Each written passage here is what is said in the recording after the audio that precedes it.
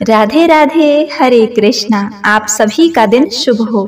आज दिनांक है 18 नवंबर और दिन है मंगलवार और आज अगहन मास के कृष्ण पक्ष की चतुर्दशी तिथि में मासिक शिवरात्रि का व्रत है। आज आप सुनेंगे मार्गशीर्ष मास महात्म्य का 13वां अध्याय। उससे पहले सुनते हैं हर दिन की तरह सीता नितनेम की कहानी। इस कहानी को सीता माता कहती थीं और प्रभु श्री राम जी सुना करते थे।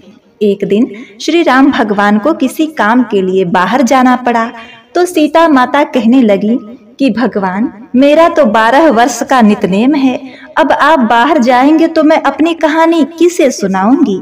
तब श्री राम जी ने कहा, सीते, आप कुएं की पाल पर जाकर बैठ जाना और वहां पर जो भी स्त्रियां पानी भरने आएंगी उन्हें अपनी कहानी सुना दिया करना। सीता माता कुएं की पाल पर जाकर बैठ गई। तभी एक स्त्री आई। उसने रेशम की जरी की साड़ी पहन रखी थी और सोने का घड़ा ले रखा था। सीता माता उसे देखकर कहने लगी, बहन, मेरा 12 वर्ष का नितनेम सुन लो। वह स्त्री बोली, मैं तुम्हारा नितनेम सुनूंगी तो मुझे घर जाने में देर हो जाएगी और मेरी सास मुझसे झगड़ा करने लगेंगी। इसलिए उसने कहानी नहीं सुनी और अपने घर चली गई। लेकिन उसके घर जाते ही उस रेशम जरी की जो साड़ी थी फट गई। सोने का घड़ा मिट्टी के घड़े में बदल गया। सासू ने देखा तो पूछा, अरे बहू, यह किसका दोष अपने सर लेकर आई है। बहू बोली, माँ जी, कुएं पर एक स्त्री बैठी थी। उसने अपनी कहानी सुनने के लिए कहा, लेकिन मैंने नहीं सुनी। शायद उसी का यह फल मुझे मिला है। बहू की बात सुनकर सास तुरंत ही वही साड़ी पहनकर और वही घड़ा लेकर सास कुएं की पाल पर गई। सास को वहीं पर सीता माता बैठी मिली तो माता सीता ने कहा, बहन, मेरी कहानी सुन लीजिए। सासू बोली, एक बार छोड़ो, मैं तो 4 बार कहानी सुनूंगी। तब सीता माता बोली, राम आए, लक्ष्मण आए, देश के पुजारी आए, नित नियम का नेम लाए। आओ राम, बैठो राम, तपी रसोई जीमो राम, माखन मिश्री खाओ राम, दूध बतासा पियो राम, सूत के पालना मोठो राम, साल दुसाला पोठो राम, साल दुसाला ओढ़ो राम। जब बोलूं जब राम ही राम, राम सवारे सबके काम, खाली घर भंडार भरेंगे, सबका बेड़ा पार करेंगे। श्री राम जय राम, जय राम जय जय राम। सास बोली, बहन, कहानी तो बहुत अच्छी लगी।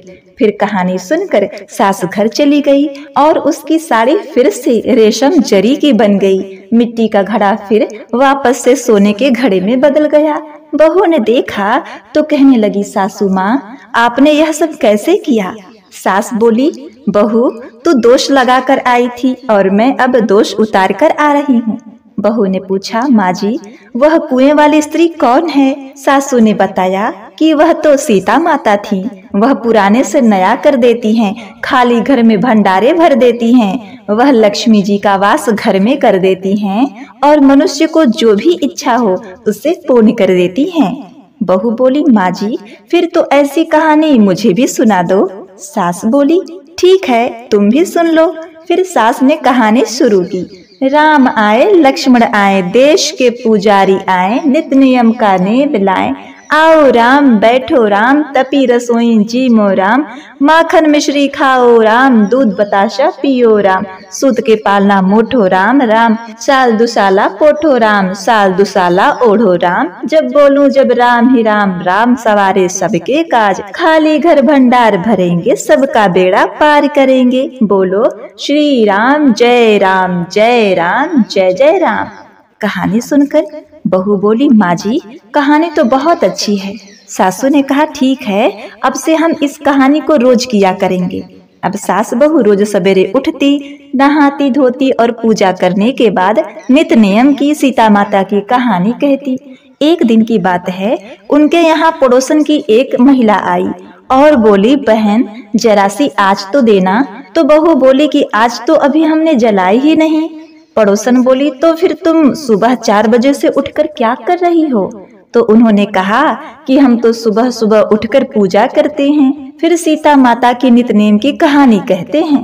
पड़ोसन ने उनकी बात सुनकर फिर कहा कि सीता माता की कहानी कहने से तुम्हें क्या मिला? तब वे दोनों बोली कि सीता माता की कहानी कहने से घर में भंडारे भर जाते हैं, सारे काम पूर्ण हो जाते हैं, मन की इच्छा भी पूरी होती है। पड़ोसन ने कहा, बहन अगर ऐसा है तब तो फिर मुझे भी कहानी सुना दो। तब बहू बोली, ठीक है, तुम भी यह कहानी सुन लो। राम आए लक्ष्मण आए, देश के पुजारी आए, नित नियम का नियम लाए। आओ राम बैठो राम, तपी रसोई जीमो राम, माखन मिश्री खाओ राम, दूध बतासा पियो राम, सूत के पालना मोठो राम, शाल दुसाला पोठो राम, शाल दुसाला ओढ़ो राम, जब बोलूं तब राम ही राम, राम सवारे सबके काम, खाली घर भंडार भरेंगे, सबका बेड़ा पार करेंगे, श्री राम जय राम जय राम जय जय राम। पड़ोसन ने इस कहानी को सुना तो कहने लगी, बहन कहानी तो बहुत सुखदायी है। अब वह पड़ोसन भी नित नियम से सीता माता की कहानी कहने लगी।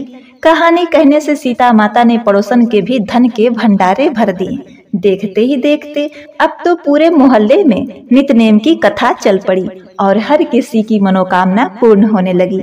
हे सीता माता, जैसे आपने उन सभी के भंडारे भरे, वैसे ही हमारे भी भरना।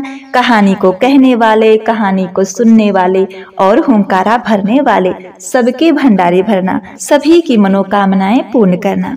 तो सभी प्रेम से बोलिए सीता मैया की जय। जय श्री राम। प्रिय भक्तों, अब आप सुनिए आज का महात्मा। महाभारत के अंत में जब भगवान श्री कृष्ण अंतर ध्यान हुए, तब पांडव महादुखित हो हस्तिनापुर का राज परीक्षित को दे वे हिमालय में गलने को चले गए और राजा परीक्षित सब देश जीत धर्मराजी करने लगे। एक दिन राजा परीक्षित आखेटक को गए थे। वहां देखा कि एक गाय और एक बैल दौड़े चले आते हैं। तिनके पीछे मूसल हाथ में लिए एक शूद्र मारता हुआ चला आता है। जब वे पास पहुंचे तब राजा ने शूद्र को बुलाया, झुंझलाकर कहा, अरे तू कौन है जो गाय और बैल को जानकर मारता है? अपना नाम बखान कर। क्या अर्जुन को तूने दूर गया जाना है जिससे उनका धनुष नहीं पहचाना? पांडवों के कुल में ऐसा किसी को न पावेगा कि जिसके सामने कोई दीन को सतावेगा। इतना कह राजा ने खड्ग हाथ में लिया। यह देखकर वह शूद्र डरकर खड़ा हो गया। फिर राजा ने गाय और बैल को भी निकट बुलाकर पूछा, तुम कौन हो? मुझे समझाकर कहो। देवता हो कि ब्राह्मण हो, क्यों भागते जाती हो? निधड़क होकर कहो, मेरे रहते किसी की इतनी सामर्थ्य नहीं जो तुम्हें दुख दे। इतनी बात सुनकर बैल सिर झुकाकर बोला, हे महाराज, यह पाप रूप काले वस्त्र पहने डरावनी सूरत जो आपके सम्मुख खड़ा हुआ है सो कलयुग है। इसके आने से मैं भाग जाता हूँ। यह गाय रूप पृथ्वी है सो ये भी उसके डर से भाग चली है। और मेरा नाम धर्म है। 4 चरण रखता हूँ, तप, सत्य, दया और शौच। सतयुग में मेरे चरण 20 बिस्वे थे, त्रेता में 16, द्वापर में 12, अब कलयुग में 4 बिस्वे हैं। अतः कली के बीच में नहीं चल सकता। धरती बोली, धर्मावतार, मुझे भी कलयुग में रहा नहीं जाता, क्योंकि शूद्र राजा हो मुझ पर अधिक अधर्म करेंगे, उनका बोझ मैं सहन नहीं करूंगी, इस भय से भागती हूँ। यह सुनते ही राजा ने क्रोध कर कलयुग से कहा, मैं तुम्हें अभी मारता हूँ। वह घबराकर राजा के चरणों पर गिरकर बोला, पृथ्वीनाथ, अब तो मैं आपकी शरण में हूँ, मुझे कहीं रहने को ठौर बताओ, क्योंकि 3 काल और 4 युग जो ब्रह्मा ने बताए हैं सो किसी से मिटे न मिटे। इतना वचन सुनते ही राजा परीक्षित ने कलयुग से कहा, तुम उसी जगह रहो जहाँ जुआ, झूठ, मद, हठ, वेश्या के घर, हत्या, चोरों और सुवर्ण में। यह सुन कलयुग तो अपने स्थान को प्रस्थान किया और धर्म को राजा ने रख लिया। पृथ्वी अपने रूप में लीन हो गई। फिर राजा नगर में आए और धर्म पूर्वक राज्य करने लगे। बहुत दिन पीछे फिर एक समय आखेटक को गए और चलते चलते प्यास से घबरा गए। सिर के मुकुट में तो कलयुग रहता ही था।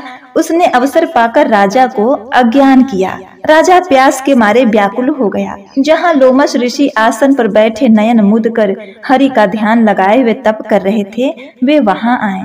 उन्हें देखकर परीक्षित मन में कहने लगे कि यह अपने मद में मुझे देखकर भी घमंड से आंखें मूंदे बैठा है। ऐसी कुमति ठानकर राजा ने मरा हुआ सांप जो वहीं पर पड़ा था ऋषि के गले में डाल अपने घर आया। मुकुट उतारते ही राजा को ज्ञान हुआ तो सोचकर कहने लगा, कि सोने में कलयुग का वास है वह मेरे सिर पर था, इससे मेरी कुमति हुई। जो मरा सर्प लोमस ऋषि के गले में डाल दिया, मेरा उद्धार अब कैसे होगा। जहाँ लोमस ऋषि थे वहाँ बहुत से लड़के खेलते हुए जा निकले तो मरा हुआ सांप उनके गले में देखकर अचंभे में रह गए और घबराकर आपस में कहने लगे कि भाई कोई उनके पुत्र से जाकर कह दो, वह कौशिकी नदी के तीर उपवन में ऋषियों के बालकों के साथ खेलता है।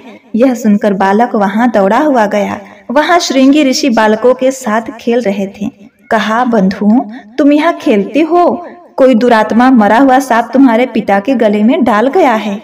यह सुनते ही श्रृंगी ऋषि के नयन लाल हो गए और क्रोध करने लगे कि कलयुग में जो राजा अपने मद में उन्मत्त हो, अभिमानी धन के मद में अंधे हो गए हैं। इस तरह कह श्रृंगी ऋषि ने कौशिकी की नदी का जल चुल्लू में ले राजा परीक्षित को शाप दिया कि तक्षक सर्प तुम्हें 7 दिन में काटेगा। राजा को शाप देकर ऋषि अपने पिता के पास चले गए और गले से सांप निकालकर कहने लगे, हे पिता तुम अपनी देह संभालो, मैंने उसे श्राप दिया है जिसने आपके गले में मरे हुए सर्प को डाला था। यह सुनते ही लोमस ऋषि सचेत हो नयन खोलकर विचार करने लगे। बोले, अरे पुत्र तूने यह क्या किया, क्यों राजा को श्राप दिया। उसके राज्य में हम सुखी थे, कोई पशु पक्षी भी दुखी न था। ऐसा धर्म का राज्य कि जिसमें सिंह और गाय एक साथ रहते, आपस में कुछ न कहते और जिसके देश में हम बसते हैं, क्या हुआ उनके द्वारा मेरे गले में सर्प डालने से। उसे श्राप क्यों दिया, तनिक से दोष पर तूने श्राप दिया, बड़ा पाप किया।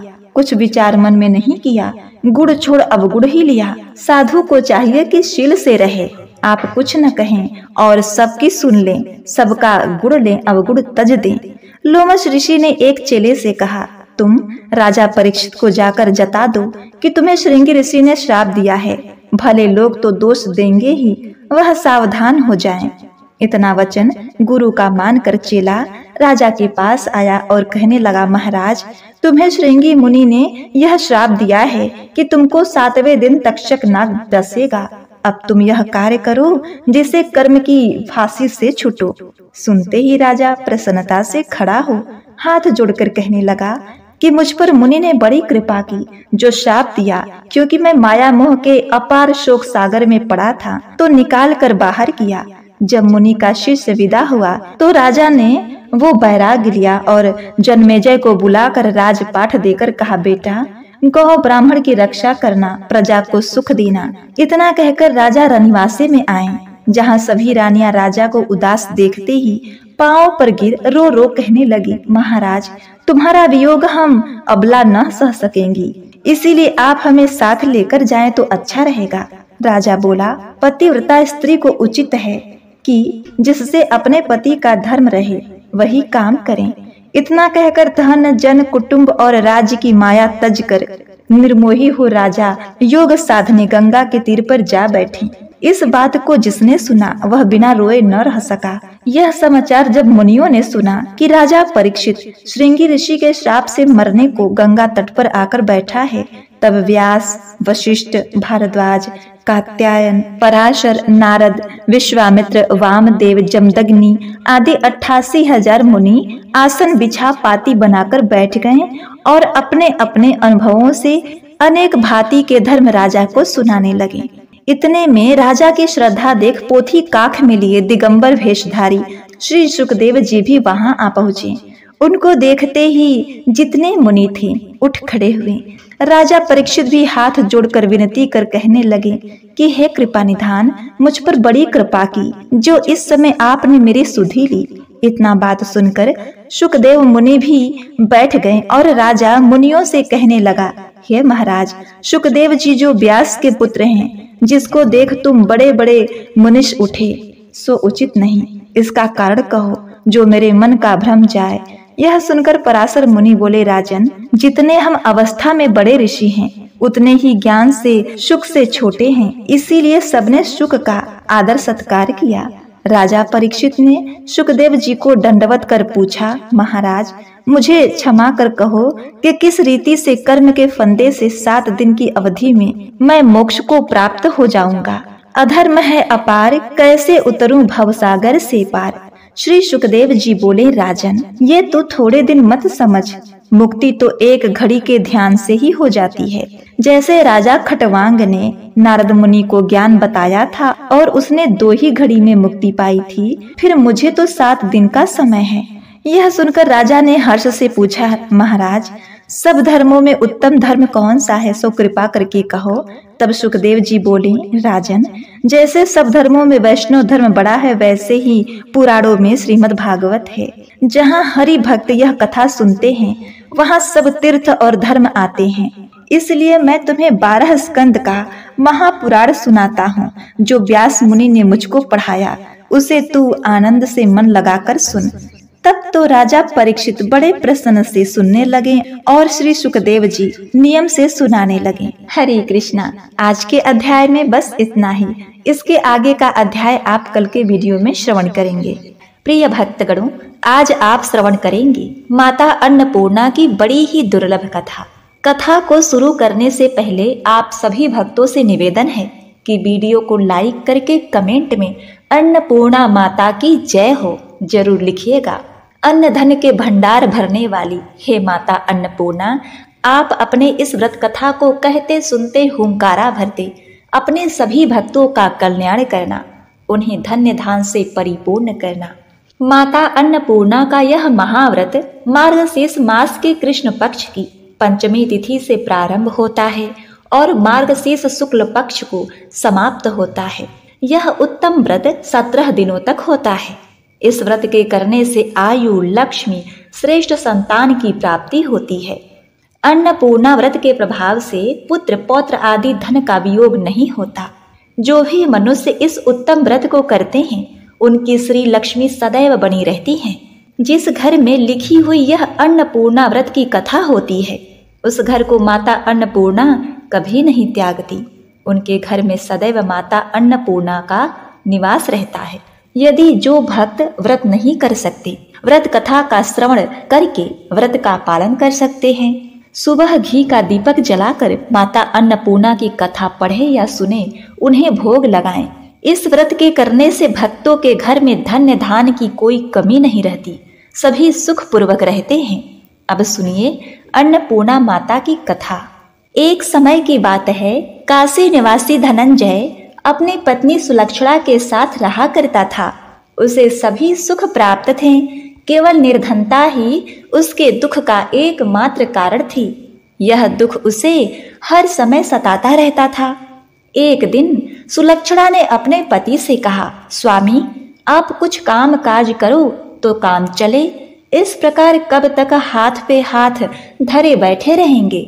सुलक्षणा की बात धनंजय के मन में बैठ गई और वह उसी दिन विश्वनाथ शंकर जी को प्रसन्न करने के लिए बैठ गया और कहने लगा, हे देवादिदेव महादेव, हे विश्वेश्वर, मुझे पूजा पाठ कुछ नहीं आता है, केवल आपके भरोसे बैठा हूँ। आप मुझे इस निर्धनता से मुक्त करें। इतना कहकर वो 2-3 दिन तक भूखा प्यासा शिव जी के ध्यान में बैठा रहा। यह देखकर भगवान शिव जी ने उसके कान में अन्नपूर्णा अन्नपूर्णा अन्नपूर्णा इस प्रकार 3 बार कहा। धनंजय सोच में पड़ गया कि यह कौन था और क्या कह गया। मंदिर से आते ब्राह्मणों से पूछने पर उन्होंने बताया कि वह अन्नपूर्णा देवी का नाम सुन रहा था। धनंजय ने अपने घर जाकर सुलक्षणा से सारी बात कही तो उसकी पत्नी सुलक्षणा बोली, हे नाथ, चिंता मत करिए, स्वयं शंकर जी ने यह मंत्र आपको दिया है, वे अवश्य ही राह दिखाएंगे। आप फिर जाकर उनकी आराधना कीजिए। धनंजय फिर से पूजा पाठ में बैठ गया। रात्रि में शिव जी ने उसे आज्ञा दी और कहा, हे धनंजय, तू पूर्व दिशा में चला जा। धनंजय भगवान शिव की आज्ञा पाकर अन्नपूर्णा माता का नाम जपता हुआ, रास्तों में फल इत्यादि खाता हुआ, झरनों का पानी पीता हुआ चला गया। वहां से उसे चांदी सी चमकती वन की शोभा देखने को मिली। सुंदर सरोवर के किनारे कई अप्सराएं एक कथा सुना रही थी और माँ अन्नपूर्णा इस प्रकार बार बार कह रही थी। धनंजय ने उनसे पूछा, हे देवियों, आप यह क्या कर रही हो? उन्होंने बताया कि वे सब माता अन्नपूर्णा का व्रत करती हैं। धनंजय ने पूछा, व्रत पूजा करने से क्या होता है? यह किसी ने किया भी है? इसे कब किया जाता है? कैसा व्रत है और कैसी विधि है? मुझसे विस्तार से बताइए। उन्होंने कहा कि इस व्रत को सभी कर सकते हैं। 21 गांठ का सूत्र लेना चाहिए। यदि 21 दिन न बने तो एक दिन उपवास करे। यह भी न बने तो केवल कथा सुनकर प्रसाद ले। निराहार रहकर कथा कहें। कथा सुनने वाला कोई न मिले तो पीपल के पत्ते को रखकर सुपारी या धृत कुमारी, वृक्ष को सामने रखकर दीपक को साक्षी कर सूर्य, गाय, तुलसी या महादेव जी को बिना कथा सुनाए मुख में दाना न डालें। यदि भूल से कुछ पड़ जाए तो एक दिवस फिर उपवास करें। व्रत के दिन क्रोध न करें, झूठ न बोलें। अब धनंजय ने पूछा, हे देवियों, इस व्रत के करने से क्या होता है? तो उन अप्सराओं ने कहा कि इसके करने से अंधों को नेत्र मिलते हैं, लूलों को हाथ मिलते हैं, निर्धनों के घर धन आ जाता है, बाझिनों को संतान मिलती है, मूर्ख को विद्या मिलती है, और जो जिस कामना से व्रत करे माता उनकी इच्छा अवश्य ही पूर्ण करती हैं। धनंजय बोला, हे माताओं, हे बहनों, मेरे पास धन नहीं है, विद्या नहीं है, कुछ भी तो नहीं है। मैं दुखी ब्राह्मण हूँ, मुझे इस व्रत का सूत्र दे दीजिए। उन्होंने कहा, हे भाई, तेरा कल्याण हो, हम तुझे अवश्य देंगे। ले, इस व्रत का सूत्र ले। धनंजय ने व्रत किया और व्रत पूरा होने पर सरोवर में 21 खंड की सुवर्ण सीढ़ी हीरे मोती जड़त प्रकट हो गई। धनंजय ने जय अन्नपूर्णा माँ, अन्नपूर्णा माता की जय हो कहता हुआ धीरे धीरे नीचे गया और वहां उसने करोड़ों सूर्य से प्रकाशमान अन्नपूर्णा माता का मंदिर देखा। सामने सुवर्ण सिंहासन पर माता अन्नपूर्णा विराजमान थीं। भगवान शंकर भिक्षा हेतु खड़े थे और देवांगनाएं चवर डुला रही थीं। धनंजय ने देवी के चरणों में गिरकर अपने दुख बताई। माता बोली, हे धनंजय, तूने मेरा व्रत किया है, जा, संसार तेरा सत्कार करेगा। माता ने धनंजय की जिह्वा पर बीज मंत्र लिख दिया, जिससे उसके रोम रोम में विद्या प्रकट हो गई। प्रिय भक्तों, अब इसके बाद एक चमत्कार हुआ। धनंजय ने खुद को काशी विश्वनाथ जी के मंदिर में खड़ा पाया। धनंजय ने माता का वरदान लेकर घर आकर अपनी पत्नी सुलक्षणा को सब बता दिया। माता जी की कृपा से उसके घर में संपत्ति उमड़ने लगी। अन्न धन के भंडारे भर गए। छोटा घर बहुत बड़ा बन गया। जैसे शहद के छत्ते में मधुमक्खियां जमा होती है, ठीक उसी प्रकार अनेक सगे संबंधी आकर उसकी बड़ाई करने लगे। किंतु जलन से सबने कहा, इतना धन और इतना बड़ा घर, सुंदर संतान नहीं तो इस कमाई का कौन भोग करेगा? सुलक्षणा से संतान नहीं है, इसलिए तुम्हें दूसरा विवाह करना चाहिए। यह सब सुनने के बाद सुलक्षणा को बहुत ही दुख हुआ। उसने अपने पति को दूसरा विवाह करने के लिए इच्छा प्रकट की, तो उसके पति ने इसके लिए मना कर दिया। लेकिन सुलक्षणा को अपने घर में एक पुत्र चाहिए था। वह माता का सुख अनुभव करना चाहती थी, तो उसने अपने पति को बड़ा ही समझाया।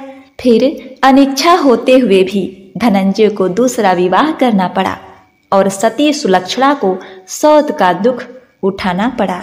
दिन बीतते गए और फिर अगहन मास आया। नए संबंध से बंधे पत्नी से सुलक्षणा ने कहलाया कि हे स्वामी, हम व्रत के प्रभाव से सुखी हुए हैं, अतः इस कारण हमें व्रत नहीं छोड़ना चाहिए। यह माता जी का प्रताप है कि हम इतने संपन्न और सुखी हैं। प्रिय भक्तों, सुलक्षणा की बात सुनकर धनंजय उसके पास आया और व्रत में बैठ गया। अब देखिए, नई बहू को इस व्रत की खबर नहीं थी। वह धनंजय के आने की राह देख रही थी।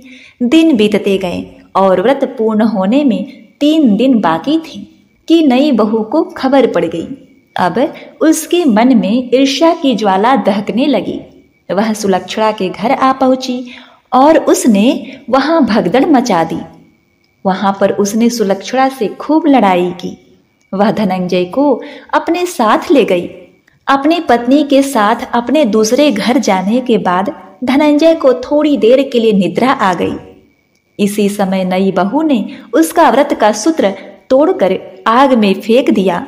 उसने सोचा कि उसकी सौतन ने कोई जादू टोना टोटका किया है उसके पति को अपने वश में करने के लिए। उस धागे के तोड़ने और आग में जलाने के कारण माता अन्नपूर्णा जी का कोप जाग उठा। घर में अचानक आग लग गई, सब कुछ जलकर खाक हो गया। सुलक्षणा ने यह देखकर धनंजय को फिर से अपने घर ले आई। नई बहू रूठकर अपने पिता के घर चली गई तो पति को परमेश्वर मानने वाली सुलक्षणा बोली, हे नाथ, हे स्वामी, घबराना नहीं, माता जी की कृपा अलौकिक है। पुत्र कुपुत्र हो सकता है पर माता कुमाता नहीं होती। अब आप श्रद्धा और भक्ति से आराधना करो, वे जरूर हमारा कल्याण करेंगी। धनंजय फिर माता की आराधना में लीन हो गया, यूं कहिए माता के पीछे पड़ गया। फिर वही सरोवर सीढ़ी प्रकट हुई, उसमें वह अन्नपूर्णा माता की जय हो यह कहकर उसमें उतर गया। वहां जाकर माता अन्नपूर्णा के चरणों में रुदन करने लगा। माता प्रसन्न हुई और बोली, हे धनंजय, यह मेरी स्वर्ण की मूर्ति ले, उसकी पूजा करना तो फिर सुखी हो जाएगा। जा, तुझे मेरा आशीर्वाद है। तेरी स्त्री सुलक्षणा ने श्रद्धा से मेरा व्रत किया है, उसे मैंने पुत्र दिया है।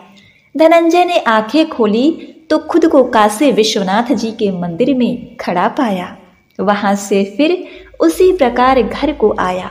इधर सुलक्षणा के दिन चढ़े और महीने पूरे होते ही एक सुंदर से तेजस्वी पुत्र का जन्म हुआ।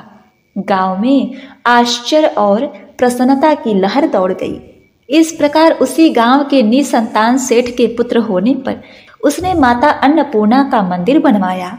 उसने माता जी की धूमधाम से पधारी की, यज्ञ किया और धनंजय को मंदिर का आचार्य पद दे दिया। जीविका के लिए मंदिर की दक्षिणा और रहने के लिए बड़ा सुंदर सा भवन दिया। धनंजय स्त्री पुत्र सहित वहां रहने लगा। माता जी की चढ़ावे से भरपूर आमदनी होने लगी। उधर नई बहू के पिता के घर पर डाका पड़ गया। डकैत सब कुछ लूट ले गए। वे भीख मांगकर पेट भरने लगे। सुलक्षणा ने यह सुना तो उसे बड़ा ही दुख हुआ और उसने बुलावा भेजा और फिर उसने अपने सौतन को अलग घर में रख दिया और उसके अन्न वस्त्र का प्रबंध कर दिया। धनंजय, सुलक्षणा और उसका पुत्र माता जी की कृपा से आनंद से रहने लगे। माता जी ने जैसे उनके भंडारे भरे वैसे सबके भरना, कहते सुनते हुंकारा भरते सबका कल्याण करना। तो बोलिए, अन्नपूर्णा माता की जय हो। अब हम सभी श्री तुलसी स्तोत्र का पाठ करें। हे जगत जननी, हे प्रिय बल्लभे, आपको नमस्कार है। आपसे ही शक्ति प्राप्त कर ब्रह्मा आदि देवता विश्व का सृजन, पालन तथा संहार करने में समर्थ होते हैं। हे कल्याणमयी तुलसी, आपको नमस्कार है। हे सौभाग्यशालिनी विष्णु प्रिय, आपको नमस्कार है। हे मोक्षदायिनी देवी, आपको नमस्कार है। हे संपत्ति देने वाली देवी, आपको नमस्कार है। भगवती तुलसी समस्त आपदाओं से नित्य मेरी रक्षा करें। इनका संकीर्तन अथवा स्मरण करने पर ये देवी तुलसी मनुष्यों को पवित्र कर देती हैं। प्रकाशमान विग्रह वाली भगवती तुलसी को मैं मस्तक झुकाकर प्रणाम करता हूँ, जिनका दर्शन करके पातकी मनुष्य सभी पापों से मुक्त हो जाते हैं। तुलसी के द्वारा यह संपूर्ण चराचर जगत रक्षित है। पापी मनुष्यों के द्वारा इनका दर्शन मात्र कर लेने से ये भगवती उनके पापों का नाश कर देती हैं। हे तुलसी, आपको नमस्कार है। जिन्हें श्रद्धा पूर्वक हाथ जोड़कर नमस्कार करने मात्र से कलयुग में सभी स्त्रियां, वैश्य तथा अन्य लोग समस्त सुख प्राप्त कर लेते हैं। इस पृथ्वी तल पर तुलसी से बढ़कर अन्य कोई देवता नहीं, जिनके द्वारा यह जगत उसी भांति पवित्र कर दिया गया है जैसे भगवान विष्णु के प्रति अनुराग भाव से कोई वैष्णव पवित्र हो जाता है। इस कलयुग में भगवान विष्णु के सिर पर अर्पित मनुष्य के श्रेष्ठ मस्तक पर सभी प्रकार के कल्याण साधन प्रतिष्ठित कर देता है। समस्त देवतागण तुलसी में निवास करते हैं, अतः लोक में मनुष्य को सभी देवताओं की पूजा करने के साथ ही तुलसी की भी आराधना करनी चाहिए। हे सब कुछ जानने वाली तुलसी, आपको नमस्कार है। हे विष्णु प्रिय, हे सर्व संपत्ति दायिनी, सभी पापों से हमारी रक्षा कीजिए। पूर्व काल में श्रेष्ठ तुलसी दलों से भगवान विष्णु की नित्य उपासना करते हुए बुद्धिमान पुंडरीक इस स्तोत्र का गान किया करते थे। तुलसी श्री महालक्ष्मी विद्या अविद्या यशस्विनी धर्म्या धर्मनना देवी देव मनः प्रिया लक्ष्मी प्रिय सखी देवी धौ भूमि अचला और चला भगवती। तुलसी के इन 16 नामों का संकीर्तन करने वाला मनुष्य शुद्ध भक्ति प्राप्त करता है और अंत में विष्णु लोक प्राप्त कर लेता है। तुलसी भू महालक्ष्मी पद्मिनी श्री तथा हरिप्रिया इन नामों से भी आप प्रसिद्ध हैं।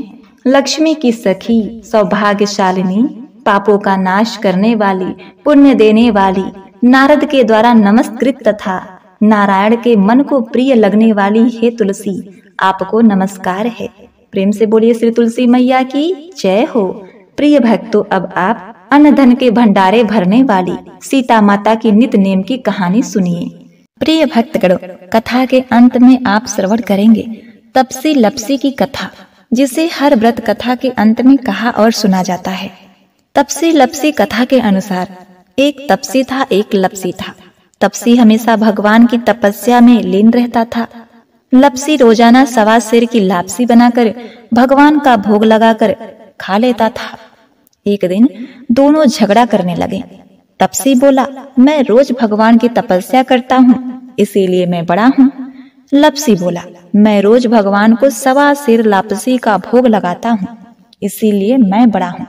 अब देखिए, नारद जी वहां से गुजर रहे थे। दोनों को लड़ता देखकर उनसे पूछा, तुम क्यों लड़ रहे हो?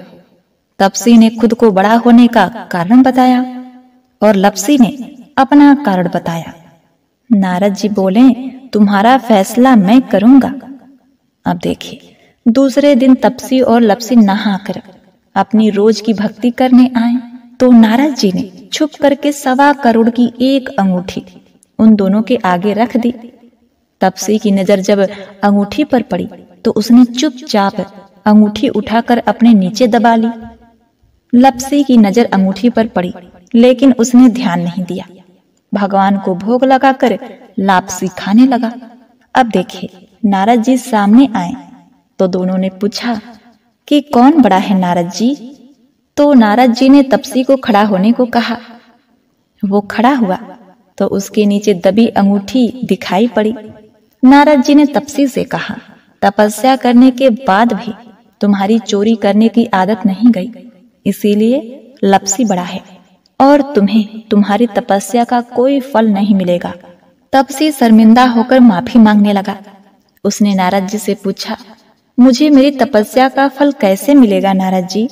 मुझे क्षमा करिए। नारद जी ने कहा, यदि कोई गाय और कुत्ते की रोटी नहीं बनाएगा तो फल तुम्हें मिलेगा। यदि कोई ब्राह्मण को भोग करवाकर दक्षिणा नहीं देगा तो फल तुम्हें मिलेगा। यदि कोई साड़ी के साथ ब्लाउज नहीं देगा तो फल तुम्हें मिलेगा। यदि कोई दिए से दिया जलाएगा तो फल तुम्हें मिलेगा। यदि कोई सारी कहानी सुने लेकिन तुम्हारी कहानी नहीं सुने तो फल तुम्हें मिलेगा। प्रिय भक्तों, उसी दिन से हर व्रत कथा कहानी के साथ तपसी लपसी की कहानी भी सुनी और कही जाती है। एक बार प्रेम से बोलिए, श्री लक्ष्मी नारायण भगवान की जय, सूर्य भगवान की जय। ओम नमः शिवाय। प्रिय भक्तगणों, अब आइए श्रवण करते हैं सभी मनोकामनाओं को पूर्ण करने वाली भगवान श्री विष्णु जी की आरती। ओम जय जगदीश हरे, स्वामी जय जगदीश हरे। भक्त जनों के संकट, दास जनों के संकट क्षण में दूर करे। ओम जय जगदीश हरे। जो ध्यावे फल पावे, दुख विनसे मन का। सुख संपत्ति घर आवे, कष्ट मिटे तन का। ओम जय जगदीश हरे।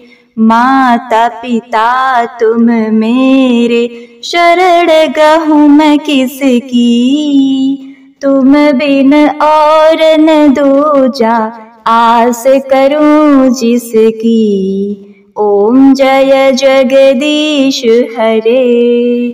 तुम पूर्ण परमात्मा, तुम अंतर्यामी, पार ब्रह्म परमेश्वर, तुम सबके स्वामी। ओम जय जगदीश हरे।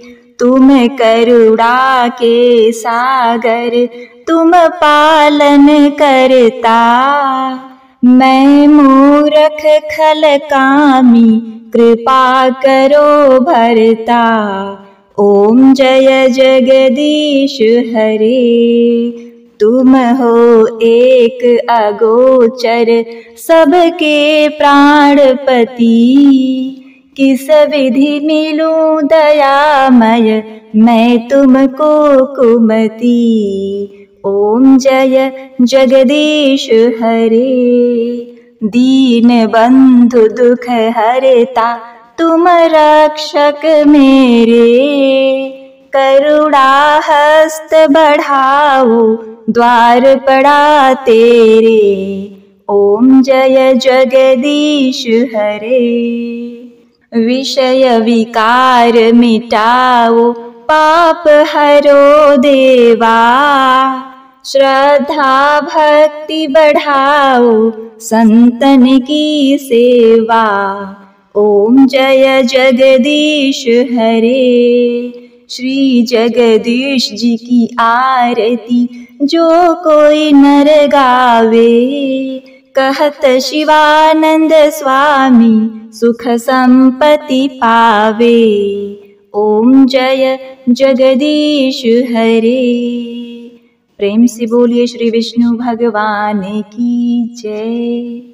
जय जय तुलसी माता, मैया जय जय तुलसी माता, सब जग की सुखदाता, सबकी वर माता।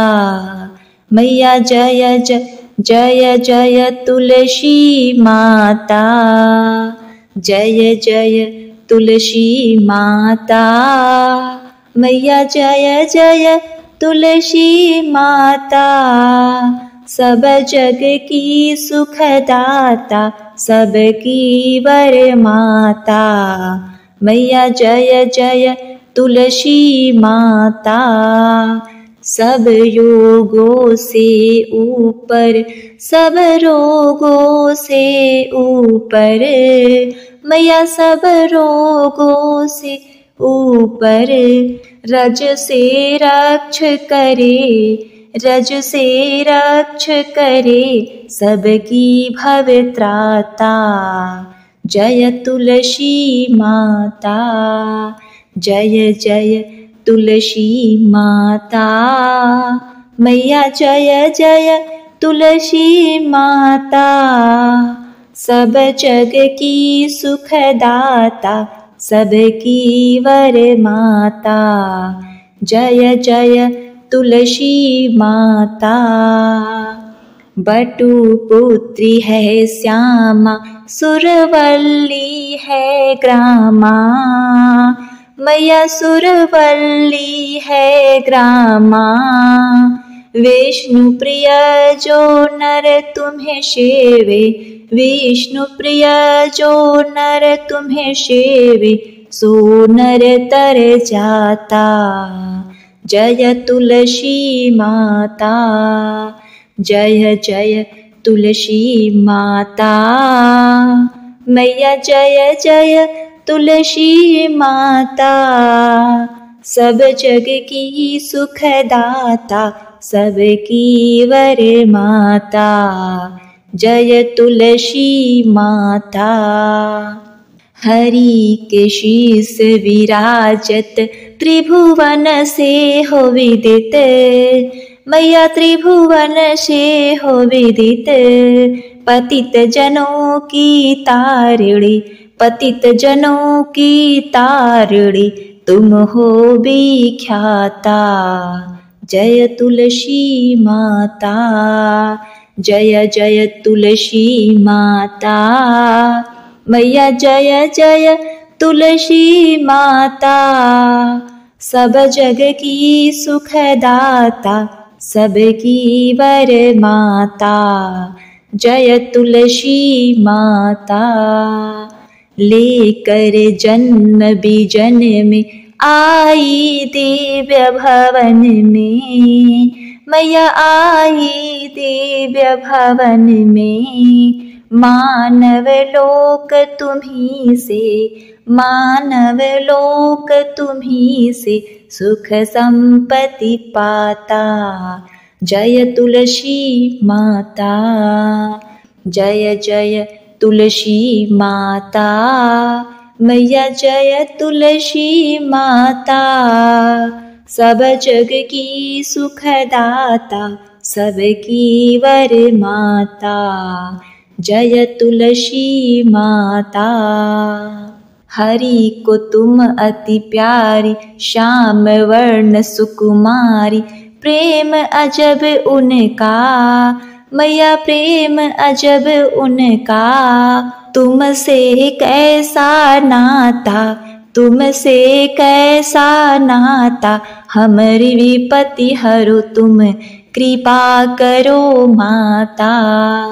जय तुलसी माता, जय जय तुलसी माता, जय जय तुलसी माता, मैया जय तुलसी माता। सब जग की सुखदाता, सबकी वर माता, जय तुलसी माता, जय जय तुलसी माता, मैया जय जय तुलसी माता। सब जग की सुखदाता, सब जग की सुखदाता, सबकी वर माता, मैया जय जय तुलसी माता। ओम नमो भगवते वासुदेवाय नमः। बोलिए श्री तुलसी शालिग्राम भगवान की जय।